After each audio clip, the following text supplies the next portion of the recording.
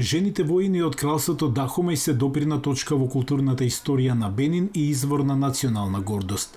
Нивната приказна неодамна беше драматизирана во историскиот холивудски филм Жената крал.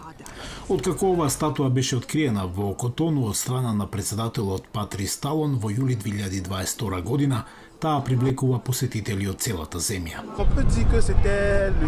Тоа е символ на борба, бидејќи во нивно време беше речиси нечуено да се видат жени како се борат наместо мажи и ги бранат своите територии.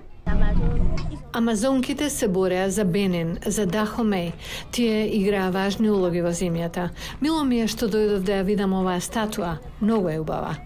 Но неодамнешната истрага на корејскиот сервис на Гласот на Америка откри дека статуата најверојатно била изградена од уметничкото студио Мансудаe во Северна Кореја, која е познато по создавање статуи на диктатори низ целиот свет.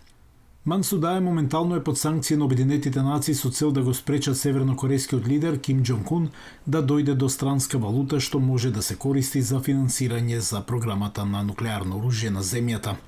Комитетот на санкции на Советот за безбедност на Обединетите нации за Северна Кореја, формиран во 2006 година, за да ги следи економските санкции наметнати на земјата, не зборува јавно за да го заштити идентитетот на своите членки. Гласот на Америка разговараше со министерот за туризам и култура на Бенин, Бабалола Жан-Мишел Ерве Амбибола. Беше дизајниран од бенински уметник наречен Џулиен Сансоган, кој е добро познат и може да се идентификува. Бенин потоа се сврте кон компании кои се специализирани за лиење бронза. Што се однесува до мене, тоа е направено од Кина. Но дали користеле корејски инженери и од која Кореја? Не знам. Само министерот за надворешни работи може да каже. Гласот на Америка откри дека нарачката на статуата била дадена од владата на Бенин до меѓународната развојна компанија Blue Dragon, за која се верува дека е кинеска компанија. Ова интервју не е добро. Мора да се прекине. Нема да продолжи.